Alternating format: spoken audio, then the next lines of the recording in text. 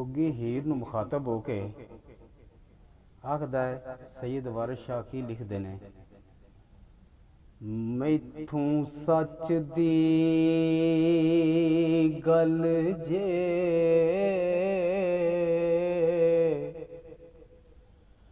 ਪੁੱਛਣੀ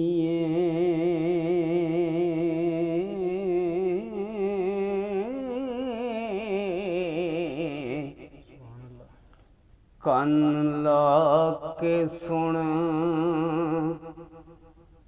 ਮੁਠਿਆਰੀਏ ਨੀ,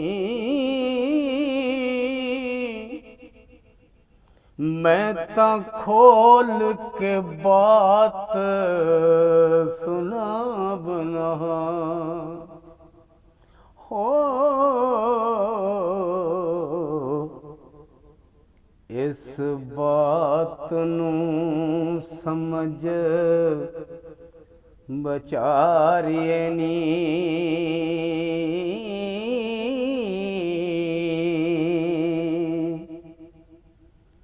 ਸਾੜ ਖੁੰਡ ਨੂੰ ਖੋਲ ਕੇ ਵੇਖ ਨੈਣਾ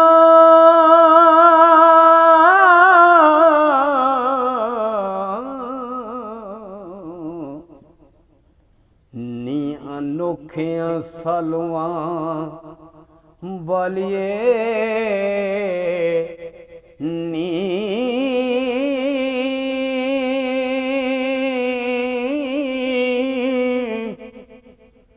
ਗੁੰਡ ਖੋਲ ਕੇ ਕਰੀ ਧਿਆਨ ਜ਼ਰਾ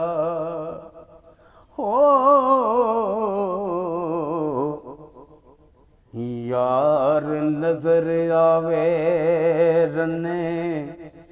ਡਾਰੀਏ ਨੀ,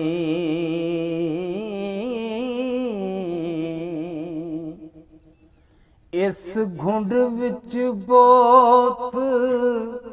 ਖਵਾਰੀਆਂ ਨੀ, ਅੱਗ ਲਾ ਕੇ ਘੁੰਡ ਨੂੰ ਸਾੜੀਏ ਨੀ, ਘੁੰਡ ਹੁਸਨ ਦੀ ਆਬ ਛੁਪਾ ਲੈਂਦਾ ਹੋ, ਲੰਮੇ ਘੁੰਡ ਵਾਲੀਏ ਰਡੇ ਮਾਰੀਏ ਨੀ,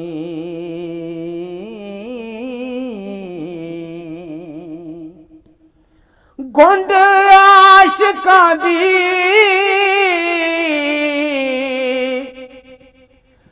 ਘੁੰਡ ਆਸ਼ਿਕਾਂ ਦੇ ਬੇੜੇ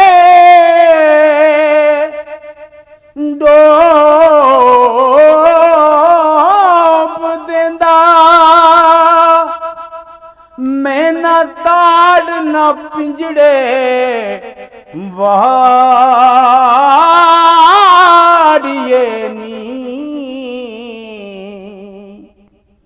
ਤਦੋਂ ਏ ਜਹਾਨ ਸਭ ਨਜ਼ਰ ਆਵੇ ਹੋ, ਜਦੋਂ ਘੁੰਡ ਨੂੰ ਜ਼ਰਾ ਉਤਾਰੀਏ ਨੀ,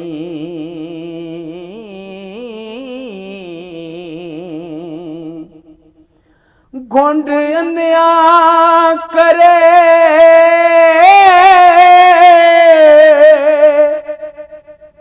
ਸੁਜਾਖਿਆਂ ਨੂੰ,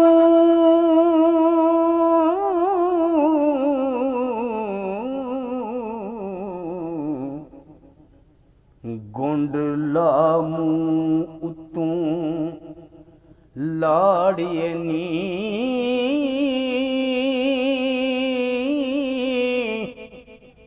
ਵਾਰਿਸ ਸ਼ਾਹ ਨਾ ਦੱਬੀਏ ਮੋਤੀਆਂ ਨੂੰ ਹੋ,